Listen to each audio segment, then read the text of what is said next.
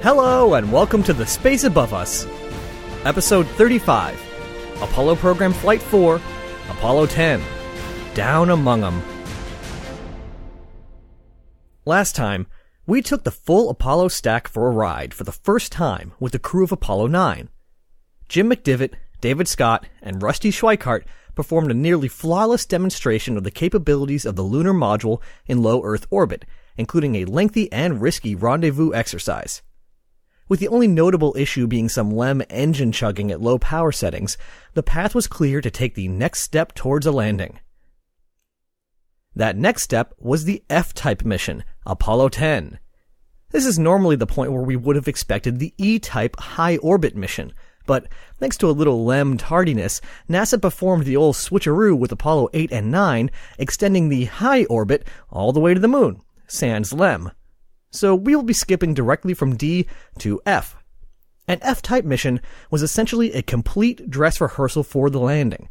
Again, a full stack of lunar command and service modules would be launched on a single Saturn V.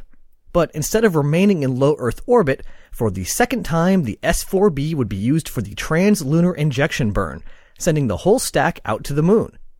Once there, the LEM would separate and descend within spitting distance of the planned landing site for Apollo 11.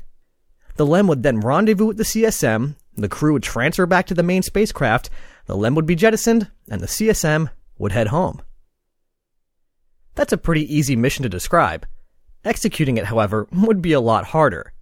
In fact, for this critical mission, the NASA managers chose the first all-veteran crew. We always seem to go from the left to the right on this show, so let's switch it up. Flying in the right-hand seat was lunar module pilot Gene Cernan. We last saw Cernan as he tried to catch his breath after an exhausting failed EVA on Gemini 9A. For more background on Cernan, head back to episode 19, which covered that mission. This was his second of 3 spaceflights. In the center was another familiar face, command module pilot John Young. We know Young from his flight as pilot on Gemini 3 and as command pilot on Gemini 10, which are covered in episodes 13 and 20 respectively. This was his third of 6 spaceflights. We're going to be seeing a lot of John Young. And flying in the left seat was yet another familiar face, Mission Commander Tom Stafford. Another Gemini veteran, we know Stafford from his flight as pilot on Gemini 5 and as command pilot on Gemini 9A alongside Gene Cernan. This was his third of 4 flights. Fun fact, this is one of only 2 all-spaceflight veteran crews of the entire Apollo program.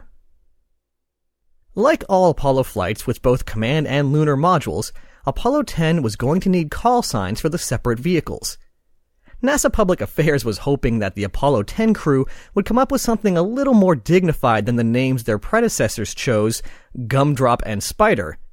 Well, unfortunately for the PR folks, please welcome to the stage Charlie Brown and Snoopy.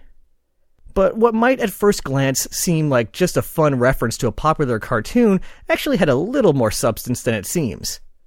In an effort to recognize excellence in the NASA workforce, as well as spread awareness of their direct impact on the safety of the astronauts, the Silver Snoopy Award was created in 1968. Charles Schulz, the creator of the Peanuts comic strip, was a fan of the space program and allowed NASA to create the award at no cost. The Silver Snoopy Award is an incredibly rare and prestigious honor given to only a tiny percentage of the hundreds of thousands of men and women who work on the human spaceflight program. In a nod to the newly created award, the Apollo 10 crew chose to name their LEM Snoopy. And since there was clearly only one appropriate name for Snoopy's companion, the CSM soon became Charlie Brown. After a couple minor tweaks for various operational issues and to ensure ideal lighting at the moon, the day of the launch was set to May 18th, 1969. Only 228 days until the end of the year, but, who's counting? At 12:49 p.m. local time, Apollo 10 began the second human journey to the moon, but this time from a few miles over. This was the first and only lunar mission to launch from Launch Pad 39B, just a few miles north of the usual 39A. Back when the space program was just ramping up, there were plans for more pads in order to ensure a rapid tempo of flights. But it turned out that not as many flights were required as they thought, and the use of the vehicle assembly building and crawler transporter meant that each rocket didn't need to spend as much time on the pad. So 2 was just fine. Apollo 10 launched from 39B because the missions were coming so quickly now that preparations for Apollo 11 were already underway at 39A. Despite numerous tweaks to ameliorate the concerning pogo oscillation problem, Apollo 10 was one of the roughest rides yet. One such tweak was to shut down the center engine of the S2 stage a minute and a half early and burn the 4 outboard engines a little longer. If anything, that seemed to make things worse. Even the S4B got in the act this time, creating such a rough ride that the crew were left wondering if the fragile LEM could have been damaged. I kind of love how even after all the analysis, a lot of this boils down to, well, maybe this will help. Guess not. After the usual post-orbital insertion checks, it became clear that everything was in working order after all. The S4B fired up again for the lengthy trans-lunar injection burn, and Charlie Brown and Snoopy were on their way to the moon. Another fun fact, the mass of the command, service, and lunar modules combined is greater than all 6 Mercury spacecraft and all 10 Gemini spacecraft combined. And they still have room to spare. The Saturn V was a beast. First on the agenda was to perform the transposition, docking, and extraction maneuver. This had presented no difficulty on Apollo 9, but this would be the first time it would be performed on an actual lunar trajectory. Charlie Brown popped off the top of the S4B, and command module pilot John Young skillfully turned the CSM around, puffed the RCS, and headed in to retrieve Snoopy. For the first time, the entire world could join in on this important activity. That's because the previous TV broadcasts had been so successful that an upgraded camera was included on Apollo 10. It had a small viewfinder, allowing the user to see where the camera was pointed and avoiding the ever-drifting image problems from Apollo 8, and also broadcast in color. If you'd like to see what the rest of the world saw, our old friend Lunar Module 5 on YouTube has us covered again. I should probably figure out a good way to make show notes with links and such, but I haven't yet. So if you want to see this, just go to YouTube and search for Apollo 10 First Color TV, and the broadcast should be the first result. I also found a higher quality version recorded with the 16mm video camera. To find that, just search for Apollo 10 Magazine 1089-A. That's 1089-A. The Apollo 10 crew actually broadcast quite a bit of video, and most of it seems to be online, so if you're interested, I encourage you to poke around. When Apollo 8 flew to the moon, due to the specifics of the lighting and their trajectory, they were unable to see their target for most of the flight. In fact, a cool moment that I forgot to mention in that episode was that their first real glimpse of the moon was the moment when Bill Anders realized that the black absence of stars outside of his window was actually the moon, just a few dozen miles away. Spooky. Apollo 10 was a little different, and they had no difficulty spotting the moon on the way out. In fact, they could even see the dark parts quite well thanks to Earth shine, light from the sun that had reflected off of the Earth. The trip out was much the same as Apollo 8, but with slight modifications thanks to lessons learned. For example, it was important to time the wastewater dumps such that it didn't interfere with navigational sightings. The crystallized flakes of urine could easily be mistaken for stars. And I guess that keeps the streak alive of talking about human waste products in space. After slipping behind the moon, Apollo 10 placed itself into an initial lunar orbit by burning the SPS engine for 5 minutes and 20 seconds, considerably longer than Apollo 8's burn thanks to the heavy addition of the LEM. Apollo 8 and 10 both started out with an orbit that had a relatively high apoapsis, the high point of the orbit, which they then circularized a couple of revolutions later. This was to prevent a scenario where if the engine burned for a few seconds longer than planned, the spacecraft could be put on an impact trajectory. Right on schedule, Charlie Brown and Snoopy emerged from the far side of the moon with Mission Commander Tom Stafford reporting to Houston, "You can tell the world that we have arrived." I really hesitated to include this next nugget of humor since it's rapidly becoming a theme of the space above us, but it's just too good. I have another poop story. I'm sorry. Reading through the transcript from the onboard voice recorder, stuff that wasn't transmitted at the time, there are a lot of great moments that remind you just how strange it is to have humans in space. I've already discussed the difficulty of using the facilities in zero gravity, including Apollo 7's memorable advice, get naked, allow an hour, bring plenty of tissues. Well, it turns out that even with practice, it can be pretty difficult. Here's a snippet from the transcript. Oh, who did it? Who did what? What? Who did it? Where did that come from? Give me a napkin quick. There's a turd floating through the air. I didn't do it. It ain't one of mine. I don't think it's one of mine. Mine was a little more sticky than that. Throw that away. God almighty. Yeah, and that wasn't even an isolated incident. Skimming through the transcript, it happened at least 3 times. I truly did not expect spaceflight to be so gross. And believe it or not, I'm actually sparing you from the worst of it. Sanitation issues weren't the only interesting thing I found in the transcript, though. Everything from mundane housekeeping to jokes about the integrity of the LEM, Young quipped, I would never have taken my helmet off in that thing, to this exchange. What the hell was that gurgling noise? I don't know, but I'll tell you, that eerie music is what's bothering me. I hear it too. You know, that was funny, just like something from outer space, really. Who's going to believe it? Nobody. Shall we tell them about it? I don't know. We ought to think about it some. Did you hear it, Tom? Yes, he heard it. Hell, I just want to get out of this suit. That was just too weird to ignore, so I looked into it, and the so-called music was actually interference between the radio systems of the 2 spacecraft, creating spooky sounds. In researching this, I found that apparently one of those crackpot shows on the Discovery Channel picked up on this and tried to make the music out to be some kind of alien signal. Nope, just radio interference. Oh, Discovery Channel, what happened to you? Okay, so now Apollo 10 was in a nice, close orbit around the moon. Believe it or not, that was the easy part. Next, Tom Stavard and Gene Cernan would leave John Young behind in the CSM and head into the LEM for the first time. Upon opening the hatch, they discovered a blizzard of tiny mylar insulation flakes floating around. It seems that a piece of the insulating material got caught up in the mix during docking, making a big mess in the LEM to clean up. Once the mess was taken care of and the LEM had been powered on and checked out, it was time for a long day of work to get started.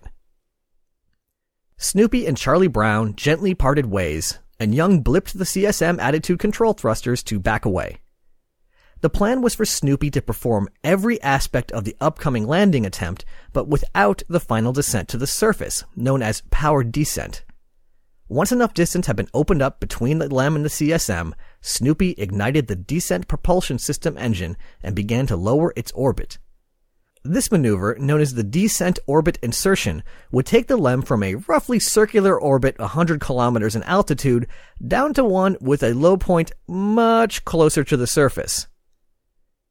Thanks to the counterintuitive nature of orbital mechanics, by slowing itself down, the LEM actually began to gain speed and slip away from the CSM as it plummeted towards its new orbital low point. As Snoopy grew closer and closer to the surface, its 2 occupants were hard at work taking photos and noting landmarks. This is because, as closely as possible, the trajectory mimicked the one that would be followed in just a few months by Apollo 11. The hope was that when the mission arrived, its predecessors would have sussed out any potential issues ahead of time, leaving the road clear to just focus on the final descent and landing. In fact, the newly established low point of Snoopy's orbit was placed where that final descent and landing would begin. This brought the crew down to a mere 15 kilometers above the lunar surface. That's about 8 miles for the metrically challenged out there, myself included. It's actually so low that when I first saw it listed as the periapsis, I thought it was a typo, before I remembered the whole point of the mission. While they were never actually all that close to them, the mountains of the moon feel a lot closer from 8 miles away rather than the usual 240,000. On multiple occasions, LMP Gene Cernan exulted, "We is down among 'em." Capcom Charlie Duke responded, "I hear you waving your way up the freeway." Just as they were approaching the lowest point of their orbit, the periapsis, a puff of smoke emerged from their camera, which refused to work from that point on, leaving the crew with nothing to do but verbally describe the sights. As a photographer, my heart weeps. Soon after passing through that low point, Snoopy again fired its descent engine in order to raise the high point of its orbit above that of the CSM Charlie Brown. This is because as the LEM moved closer to the surface, it also scooted ahead of the CSM. By raising their orbit, they would allow the CSM to catch up and overtake them again, enabling a rendezvous a few orbits later. Before rendezvous, there was one more major item on the checklist: lunar module staging. This again is the maneuver where the lower half of the LEM would be cast free and the ascent stage would fly on its own. On a landing mission, this would happen at the moment the crew took off from the surface. On Apollo 10, this would happen shortly after the crew passed through the low point of their orbit again, simulating a return from the surface. LEM staging, even when not on the surface, is pretty scary. A lot of mechanisms have to work just right, or the two spacecraft could be left connected in an awkward and dangerous way. Even scarier would be what legendary NASA engineer Bill Tyndall advocated for, a fire-in-the-hole staging. This is when the ascent stage engine is lit at the instant of staging. Performing such a maneuver while still in orbit, close to the surface, was even scarier than doing it on the surface, but it could be necessary if something went wrong during the final moments of landing and an abort was called for. Tyndall was overruled since such an abort was actually fairly unlikely and the test was just too dangerous. If the astronauts were hoping for a nice boring staging, however, they were in for a surprise. Moments before cutting the descent stage loose, Snoopy started gyrating wildly, prompting Cernan to blurt out, "Son of a bitch!" While fighting to regain control, Stafford flipped the staging switch and the LEM's lower half drifted away. The staging was a success, but the LEM was still seemingly out of control. At least for a bit. Stafford and Cernan are world-class pilots after all, so within a couple of minutes everything had settled down. But what had happened? The Apollo LEM actually had two guidance systems, the primary guidance navigation and control system and the abort guidance system, referred to as pings and AGS respectively. The AGS wasn't as feature-rich as the pings, but was there as a redundant backup to get the astronauts safely back to the CSM in case of an emergency. This LEM staging was actually also a test of the AGS. So, was the AGS broken? Nope. It turns out that, like most computer errors, it was simply given the wrong instructions. Shortly before staging, Cernan reached out and flipped the mode control switch from off to at hold, or attitude hold. This would ensure that during staging, the AGS would simply keep the LEM pointed in the direction it was already facing. Nice and stable. Unfortunately, shortly after that, Stafford also reached over and flipped the switch, which was now placed on auto. This meant that rather than holding its attitude, the LEM started automatically seeking the CSM. Snoopy was looking for Charlie Brown. In practice, this manifested itself in wild and seemingly random gyrations. Just another scary moment, easily handled by the elite Apollo astronauts. One little side note on this, Cernan's outburst happened to be broadcast back to Houston over the airwaves thanks to a hot mic. This apparently caused quite a stir, with Cernan having to apologize multiple times for his vulgar language. From what I can tell, it was actually a pretty big deal. I guess times have changed because, given the circumstances, I was actually impressed by his restraint, and I feel pretty okay marking this episode as clean on the iTunes submission form. Phasing, rendezvous, and docking proceeded without incident, with the crew calling down, "Charlie Brown and Snoopy are hugging." In yet another minor tweak based on the experience of previous flights, while the LEM still approached the CSM, it was the CSM that performed the final docking maneuvers now, since it was considerably less awkward for the command module pilot. Stafford and Cernan transferred back to Charlie Brown, sealed the hatch, and prepared to jettison the LEM. One interesting tidbit I discovered while reading through the anomalies section of the official Apollo 10 mission report, like you do, was that when Snoopy was jettisoned, the cabin pressure abruptly dropped from about 4 psi down to less than 1 and continued to drop slowly from there. It turns out that when the LEM is being jettisoned for good, rather than simply undocking, pyro mechanisms are fired to separate the entire docking mechanism from the CSM and leave it with the LEM. Due to a minor unrelated issue, the Apollo 10 crew were unable to depressurize the tunnel connecting the two spacecraft, so it was still full of air. It seems that with air already in the tunnel, the blast of the pyro mechanism caused a strong enough overpressure that the LEM hatch was blown inwards at the moment of separation. The air inside then rushed out, slamming the hatch shut again, but not creating a complete seal. Hence the abrupt drop and slow leak afterwards. Whoopsies. Snoopy drifted off and later had its engine fired by Houston, sending it into a solar orbit, likely never to be seen again. With the main thrust of the mission complete, all that was left was to come home. You know how this works. This is the part where I say that after resting up, the crew fired the SPS again, it worked perfectly, they broadcast a few more shows on the lengthy journey home, splashed down right on target, and were quickly placed safely aboard an aircraft carrier. Hey, I already did it. So here's one more fun fact for you. On the way home, the crew picked up the record for fastest human travel before hitting the upper atmosphere of the Earth, a scorching 11.08 kilometers per second or 24,791 miles per hour. The record still stands to this day. Before we go, I'm sure there's one question that a lot of you are shouting at your various podcast playing devices. Why didn't they land? They were all the way out there. They got within 47,400 feet and came home. What's the deal? Small moves, Ellie. Small moves. They just weren't ready yet. There had only been one other piloted flight of the LEM. No one knew how the two spacecraft would perform in the environment around the moon, and the effect of mass concentrations, aka big lumps in the moon, on the final trajectory still wasn't known. Besides all that, LEM 4, Snoopy, was never intended to land, so it was slightly heavier than the LEMs that followed.